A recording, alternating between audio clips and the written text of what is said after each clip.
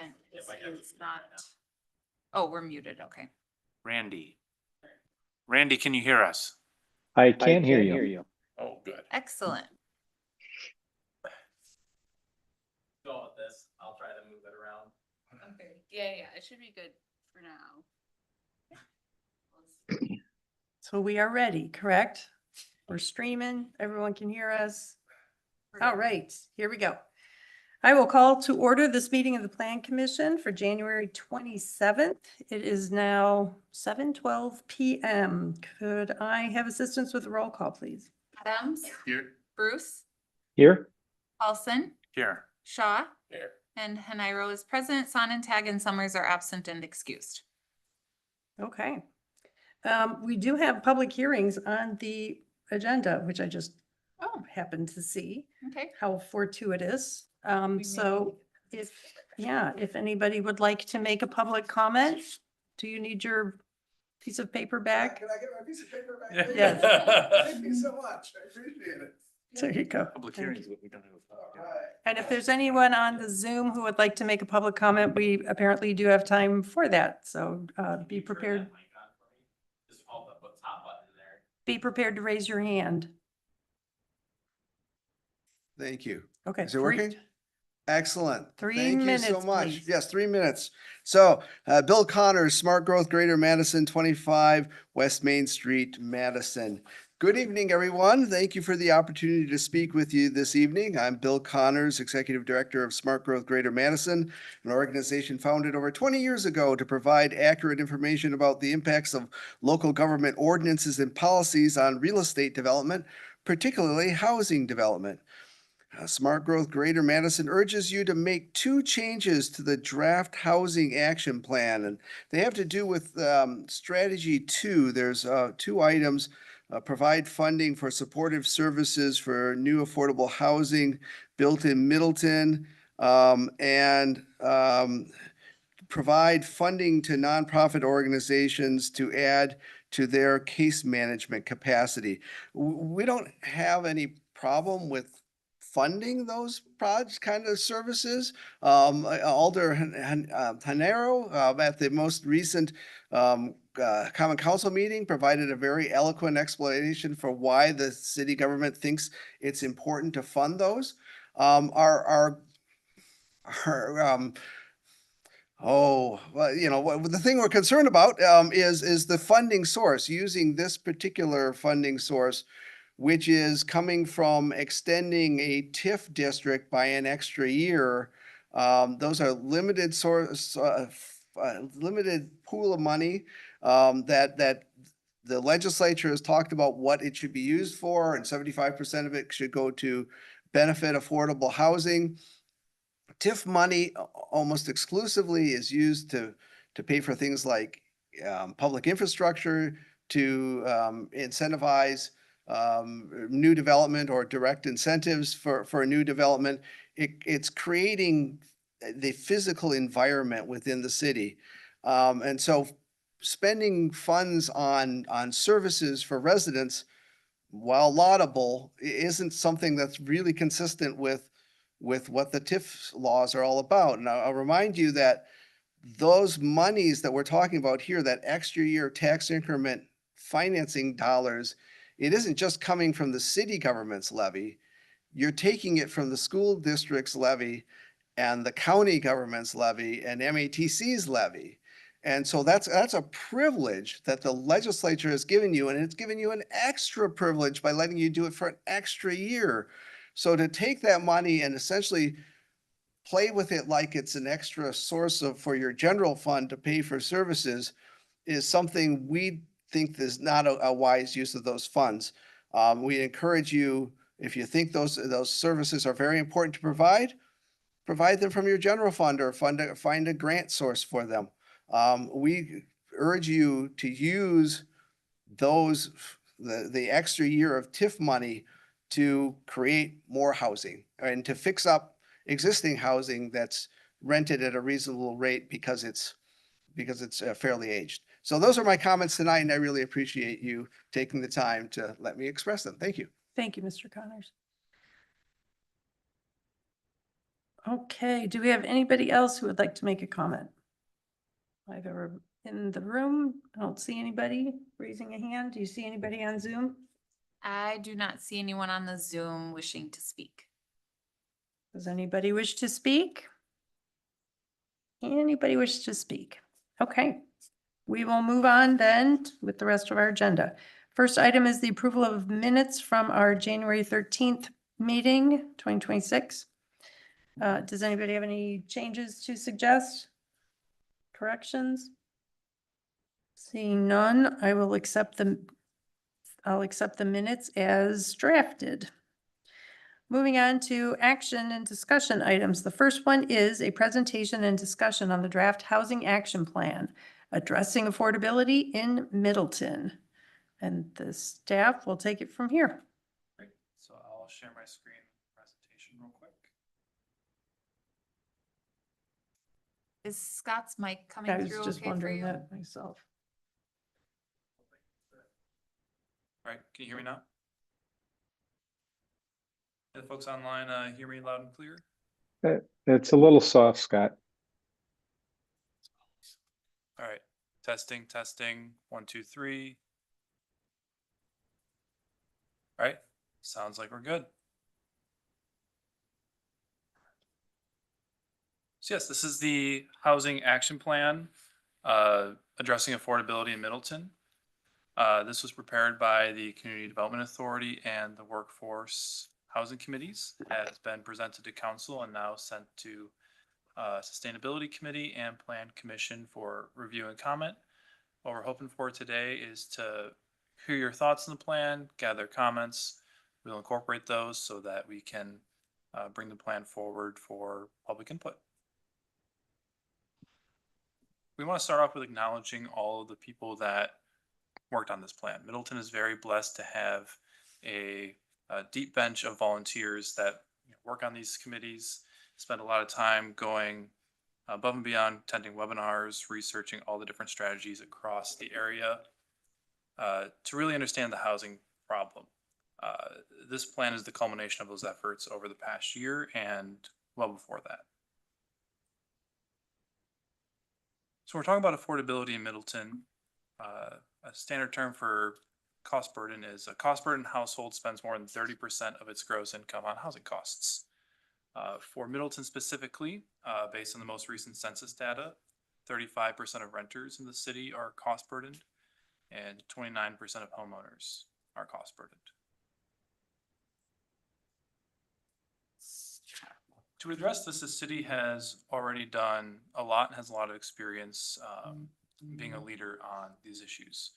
I won't belabor the point on regulatory changes. You're all familiar with the changes in our zoning code that have been intended to make development more predictable, streamlined, allowing multifamily in traditionally commercial areas to really spur housing development in the city. We also have a lot of experience with incentives through our TIF districts. The city has spent around $11 million through TIF to incentivize affordable units and has gotten an additional $3 million through a pass-through CDBG grant to incentivize additional affordable housing units. We've also done other things like acquiring land and issuing a request for proposals for development, down payment assistance programs. We recently contracted out engineering reviews to third party, and that has dramatically sped up the review process time that has helped save developers a lot of money. And the city has regular meetings with developers to keep open lines of communication on things happening in the city. The reason we're all here today is because the Common Council back in April 2025 approved that extension for TID number 3. And state statute requires that the funding generated from that extension be used to benefit affordable housing and improve the housing stock in the city. This plan sets an overarching strategy for how the city should do so, and it's aligned with the Dane County Regional Housing Strategy. If you look between the two documents, these strategies line up very well with that document. We built it based on countywide data and proven models from our neighbors and adapted those best practices to best suit the city of Middleton. So as I mentioned, this sets the roadmap for the first year of implementation. It sets ambitious and realistic goals for things that can be created and funded over the next decade. The overall goal of this fund is to make it a sustainable nucleus that we can then use to grow and fund affordable housing programs for decades to come. And we want to make sure it was flexible for the changing housing market. This is not a budget document. The annual budgets would be recommended by the CDA and approved by the Common Council, but this plan is intended to create some programs, some strategies that can be implemented through the annual budget process and help provide some direction for the best uses of these dollars.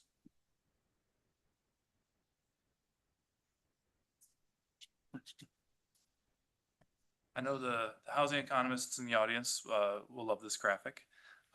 This is a graphic that shows the crux of the problem in Dane County.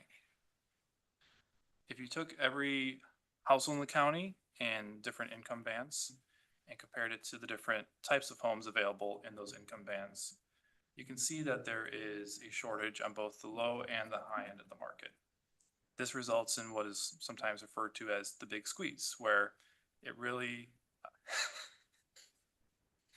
sorry, I'm chuckling because Kurt is laughing in the background. I like to think I came up with that term, but Olivia Perry disputes that. Fair enough. But the essence of the issue is it squeezes folks in the middle, where folks on the low end of the spectrum of the income range are being forced into units that are unaffordable for them, and other folks in the high end are competing for units in the middle, and everybody is feeling squeezed in housing.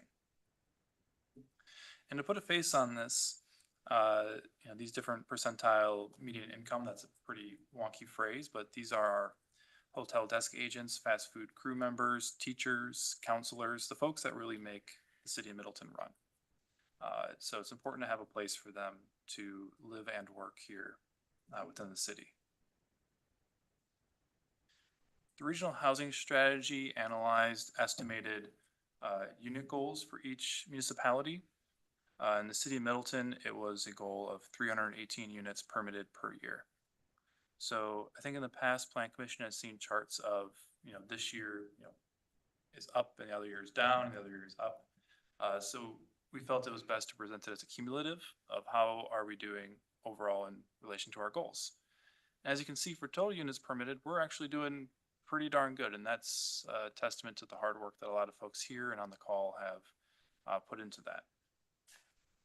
Where we're falling a little bit short at the moment is in relation to total affordable units permitted per year. This is something that we can't regulate through the zoning code, and the city cannot enact rent control. But something that can be incentivized through a fund like the Affordable Housing Fund, which shows just the timeliness of implementing this fund. So with all that background and lead up, the committee put together 4 different strategies that would inform the uses of these funds. I'll go through them one by one. So strategy number 1 is to increase the number of housing units attainable to low and moderate income households. The example you see here is Oak Ridge Senior Apartments, which is in Middleton up on Parmenter Street. This is a project that was funded through, or had some assistance through a city TIF district, and also was a LIHTC development unit. So the plan suggests establishing gap financing or revolving loan programs to help assist these projects get over the finish line to get built. It also includes the idea of land acquisition to be able to acquire land as it becomes available and opportunities present themselves in order to help facilitate these deals, which could take many years and require site control in order to get across the finish line. Strategy number 2, and pardon, I chose the best clip art I could find to present this topic, is providing housing resources and protections for the most vulnerable populations. This portion of the fund would be intended for making sure that we're not only building houses for people, but we're making sure that they're well supported in that housing. This serves a couple of purposes. First of all, it's doing right by those residents to make sure that they have the support that they need to stay housed, which is ultimately the goal here.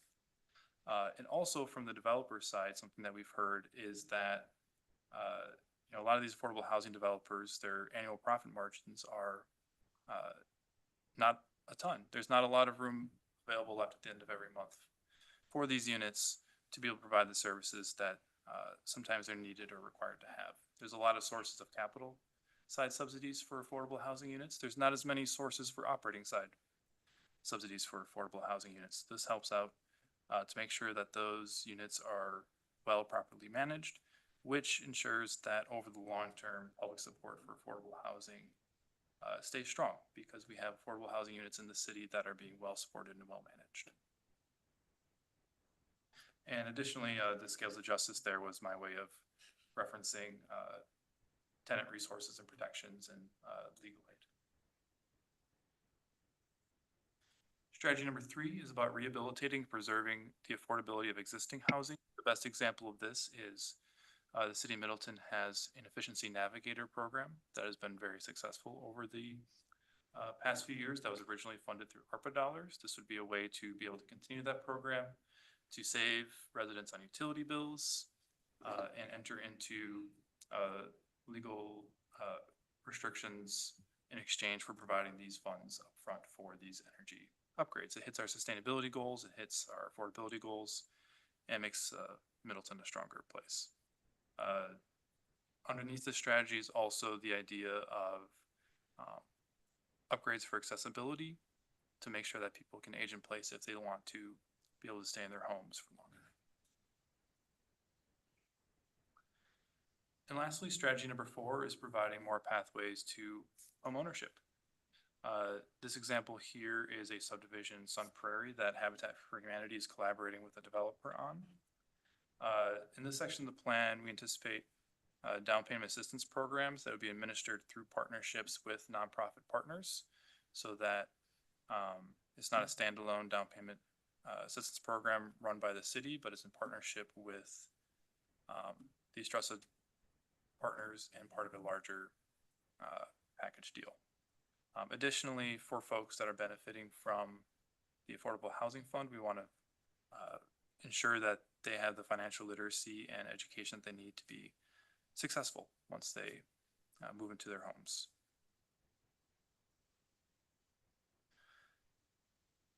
So that's a lot. So how do we get from scratch to getting these things off the ground?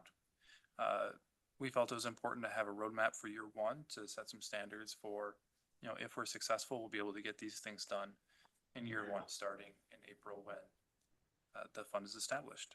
So first, establishing the fund, hiring somebody to oversee and manage the approximately $10 to $11 million that we expect to see coming into it.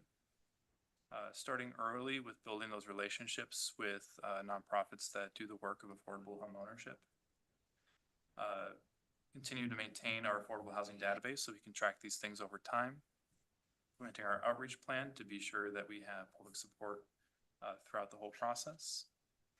A request for proposals specifically targeted towards developers who have a documented record of income restricted affordable housing, targeted at units that are 60% AMI or below, which is the area of greatest need in our city right now. Funding those supportive services. And then lastly, housing rehabilitation programs such as the Energy Efficiency Navigator, which is a existing program that we will probably want to tweak a little bit to make sure that it works for this particular fund, but should be fairly simple for us to get off the ground. And I'll end here with just an overall timeline. So at this point, we're asking Plan Commission for your review and input on the plan. We will bring it for public comment throughout the month of February. And after that, we'll revise the plan based on the feedback that we hear and are targeting passing the plan alongside the same time as when TID number 3 closes and establishes the fund. After that, it'll be ongoing implementation through the CDA recommending annual budgets and Common Council approving those budgets for the programs that are listed throughout this plan. So that's it for me. Any questions or comments from members of the Plan Commission? Thank you, Scott. Members? Observations, questions, compliments?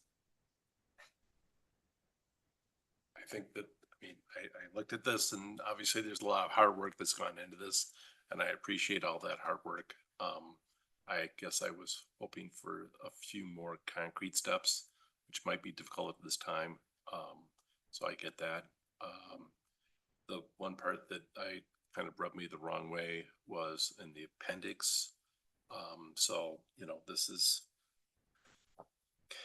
kind of, you can look at it different ways, whether it's part of it or not, but under the Plan Commission C, amend the zoning code 2, we just amended the zoning code A. I don't think we need to be, or should be looking at doing too many changes again to it right away. And B, it's suggesting that there be higher densities in single family housing.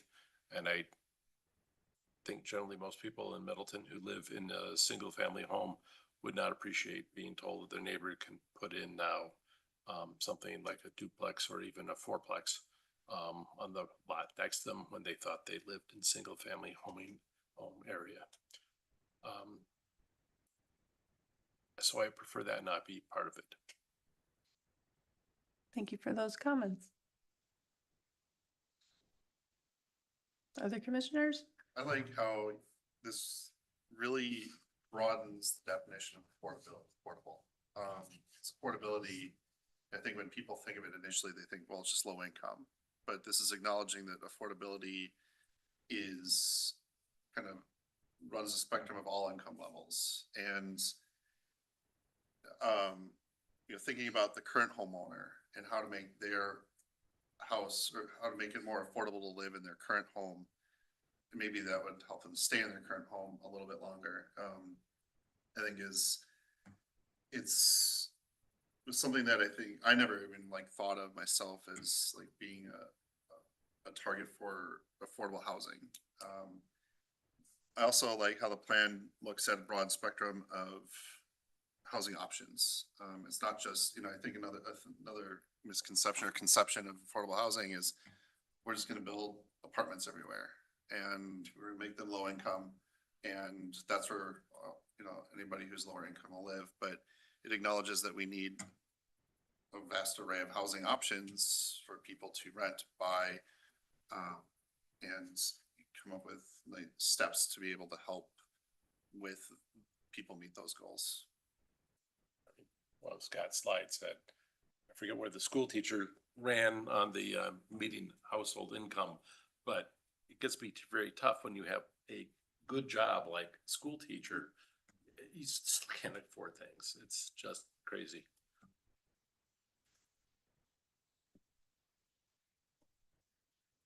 So I just have a couple of comments, but I don't need to monopolize the time since this is my day job too. So, on strategy 1A, on the, I would suggest you change the per unit from 20K to 40K, because we're really now, that's the kind of, just to help council understand, the gap filler on a LIHTC deal now is, standard is about 40K a door. Madison's up to 40 or 50, Fitchburg, so. Yeah, I've taken that from the range on Madison's RFP, but yeah, I'm sure in practice it's. Yeah, I mean,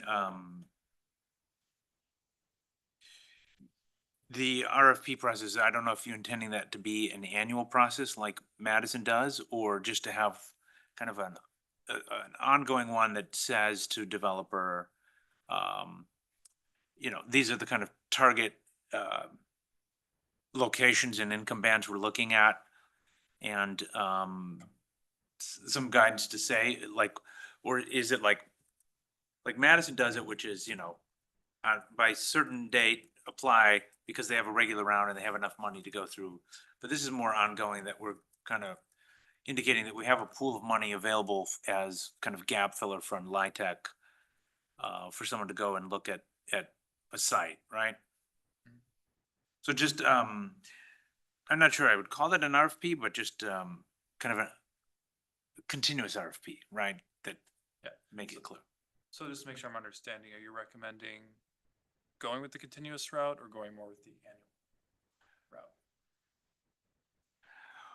Well, it's unclear to me of the 10 million, how much would be, gap filler for LIHTC right away, kind of set aside. So you could imagine a 50-unit building, for example, at 40K a door is 2 million. Had to drop a zero there, right? So, it could easily become the kind of bulk of what the Affordable Housing Fund is, which is what most cities that have done this have ended up doing, right? And again, it's important to communicate to our residents that the reason we do this is for 40,000 in city subsidy, you're getting over 100,000 in kind of federal tax credit equity. So you're really leveraging a number of programs, because we could build affordable housing on our own as a city, but we'd blow through the money pretty quickly in terms of the number of units. So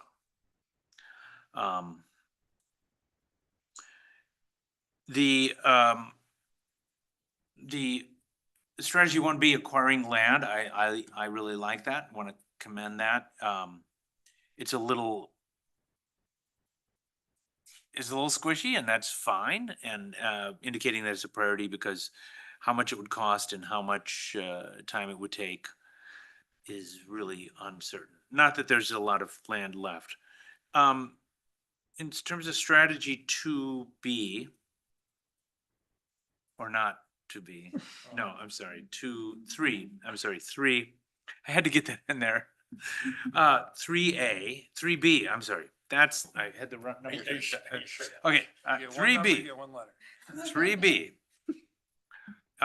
Can you talk a little bit about why the committee thought to offer grants as opposed to zero interest or deferred interest loans?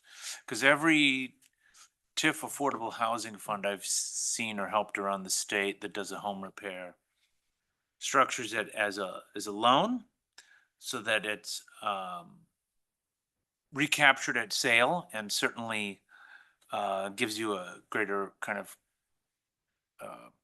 insurance of quality, and then the ability to recycle those funds. I think the logic when that was written is for those smaller scale loan programs, it can very quickly eat up a lot of staff resources and staff time. We wanted to prioritize loans for the larger programs versus some of these smaller ones, kind of try and get them out the door as more of grants. But that's a point well taken, that we could draft that as a grants and or loans for these programs. If I were making a recommendation using TIF capital dollars, from what I've seen from other cities around the state, even if you intend that it might become like a grant, like a forgivable loan, I strongly recommend you record it as a loan. And that would require, though, that the CDA would record that as a loan against the property. Unlike some unnamed municipalities in the state that have given loans and never recorded them, which means when it comes to sale or refinance, you can't recapture. Right? Because I think the purpose of setting any of these as a loan and using the kind of one-time 10 million infusion is that as loans are paid back, you recycle those for other projects. I think with the Energy Efficiency Navigator, at least when I worked with Sustained Day and when they were setting that up, we just couldn't figure out a way to make that loan work, because making it a loan you would not get uptake by the multifamily property owners. But for single family property owners, you can make it certainly a zero interest loan and deferred. The same with the down payment assistance, but that's kind of standard. And I'm just wondering if I like the idea of having the city join the Home Buyers Roundtable. And obviously, I think the proposed staff person would attend those meetings. I would be a little more clear that our down payment assistance should be supplements to the existing down payment assistance programs available through WIDA and the Home Buyers Roundtable and other sources, which might mean that it's a lower cost estimate per unit as kind of supplement. I like the idea on home buyer education counseling. I'm not sure that we need to, that we should be alone in kind of contracting with a HUD certified counselor to provide this training, so much as we should consider partnering with Home Buyers Roundtable in the, I guess what I'm trying to say is you don't want to duplicate or have us be the sole funder for home buyer education counseling programs, since there are some already in the city, in Dane County that people can use. I think, you know, to spread our dollars as efficiently as possible. Part of what the staff person would do is find out what people are doing, and then is there a way we can partner and leverage, or, you know. Yeah. There's a lot of actually really good home buyer education counseling programs online now. And the- And it's required, obviously, for anybody getting any sort of special government assistance in home purchase to go through a course. So maybe we would consider just, instead of us providing the training, maybe we're providing a discount or a voucher for our residents who want to go through the training or something like that. Just trying to be a little more creative here, so. And I guess with the kind of tenant resource center issue, do we know how much Sun Prairie pays for that per year? And they do it with their TID extension, right? don't I can ask remember- Becky, but Yeah, I don't remember the number offhand. I know that they split the cost, I think roughly 50-50 with Dane County on Okay. that. And it was not as high as I would have anticipated, for overall cost. I don't want to guess offhand, but I can pull it up. 'cause I looked does up- Dane County have more funds to split with us? That's a great question. I would say, generally, you know, just as from reading the news, Dane County's budget situation has been Mhm. such that I wouldn't anticipate that being a large source of supplemental funds for us, but it's certainly a partnership that we'd want to explore further. I mean, I think that's clear in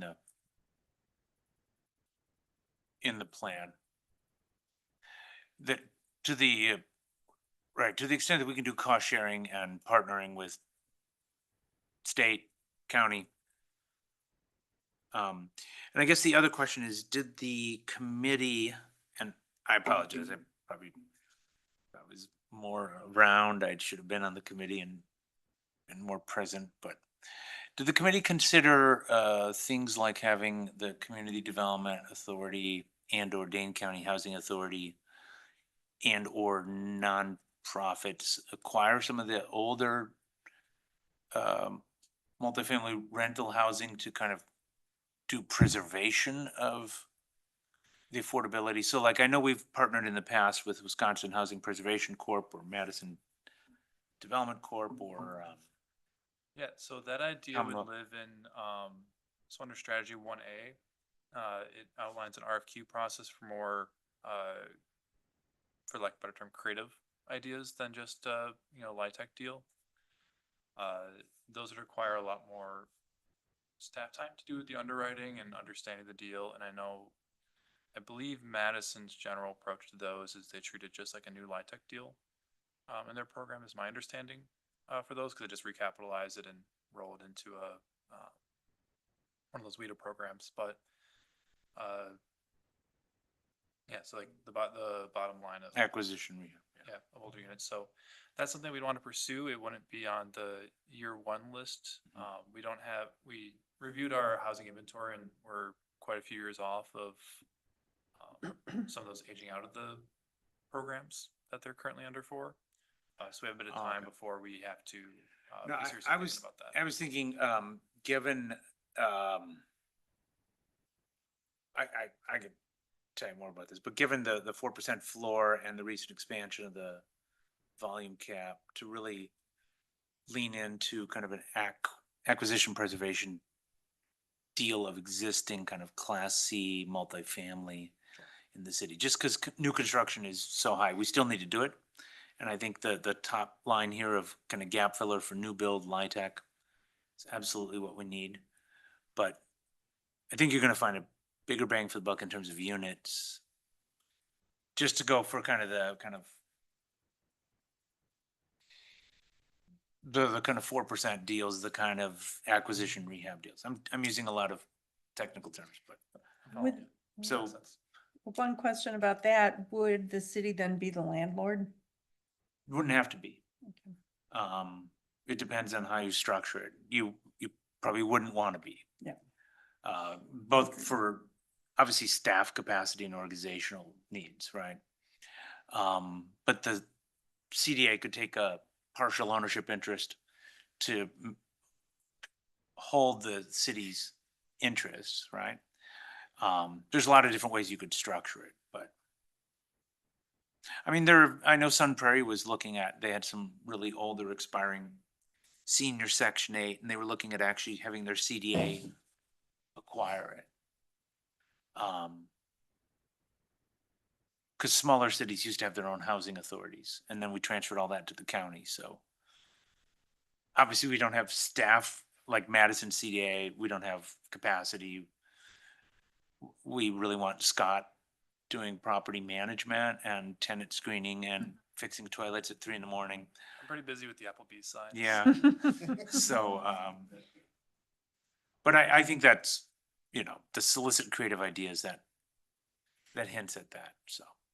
And I am glad to see us putting this under the CDA, because again, since I work on this around the state, in almost every other city I'm aware of, the CDA actually does TIF and finance and housing and the things that by statutes they're supposed to do, and they're not the downtown party planning committee like in Milton. So that's a little. You could have just stopped after the first. I could have stopped at the first half of that sentence. Yeah. So, but good job. Great. And just disclaimer that Scott suffered through my housing class. What was it, 6 or 7 years ago? 3 years ago? I don't think it was that old. I think it was 21, 22. All right. And he lived to tell I- about it. I I think see- Randy has. Commissioner Bruce, go ahead. I wanted to thank Kurt for his input. You certainly brought up some good points, and I particularly like the idea of looking at taking some of our existing, maybe older housing stock, apartments that are not affordable now, but making them affordable for the certainly the near future. And I think that'd be certainly worthwhile and sounds like a cost-effective way of doing it. The other thing I wanted just to ask about was, Mr. Connors had brought up a concern about using these dollars for to fund support services, and I just wanted to make sure that doing that was consistent with the regulatory requirements. So I think we should confirm that. I think it's worthwhile, but I want to make sure that we don't go astray of the rules. That's a great point. Commissioner Bruce, would the staff like to comment on the guidance that the state provides for using Yeah, extend? the state statute, and I'm not gonna quote it exactly here, but the state statute says that the extension funds should be used for benefiting affordable housing and improving the housing stock. It doesn't lay out more discrete, XYZ is allowed, XYZ is not allowed, beyond that. I think, in my opinion, this is very clearly benefiting affordable housing, especially if you look at it in the angle of an operating side subsidy for developers that are required to provide supportive services through the different programs that they use. And there is also additional precedent of other communities that have been doing this. So I think it's very firmly within the state statute requirements. The point Mr. Connors is well taken about, which pot of money should be used for which thing. But this is a topic that came up repeatedly during our time in the Workforce Housing Committee and is something that the committee felt very strongly this fund is a great source for that use. I happen to have the statutes in front of me since I work on this a lot. I'll read it. It's, for the record, it'll be, I'll get you the citation. Here, it's sub G sub 3, so it's gotta be 66 point, it doesn't show up on my phone, so I'm just gonna read it. If a city receives tax increments as described in subdivision 2, which is the affordable housing extension, the city shall use at least 75% of the increments received to benefit affordable housing in the city. That's all it says. And I've asked DOR, Department of Revenue, what that means, and they say they're not gonna do an interpretation. So there's no case law telling us what is or what isn't.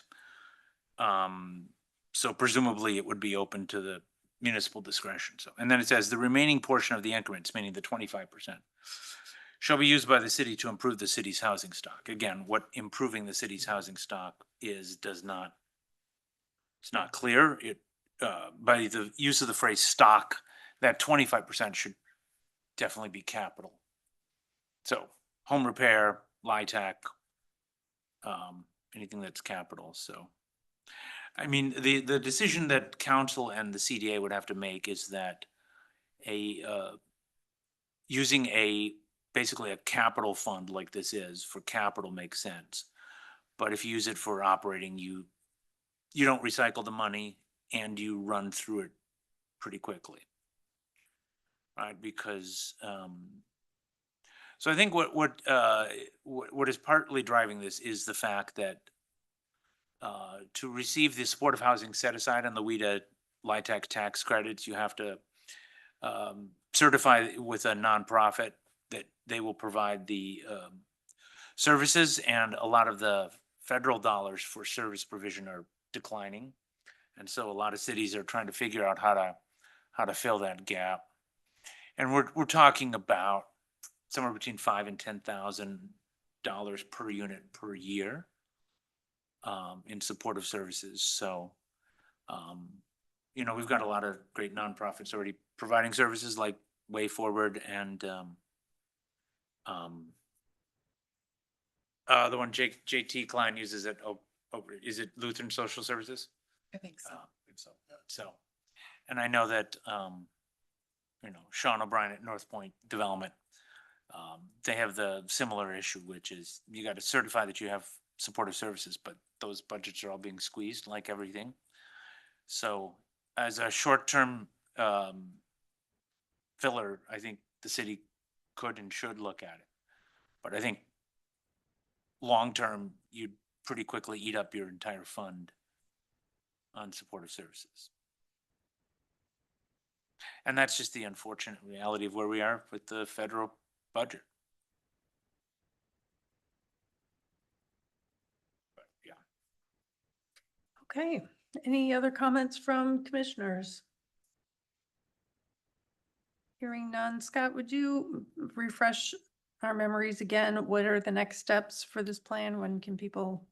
Yep, the next steps are following this meeting. This is the last of our committees that we are going to for review and input on the plan. So tomorrow I'm blocking out my entire day just to incorporate those edits into the plan.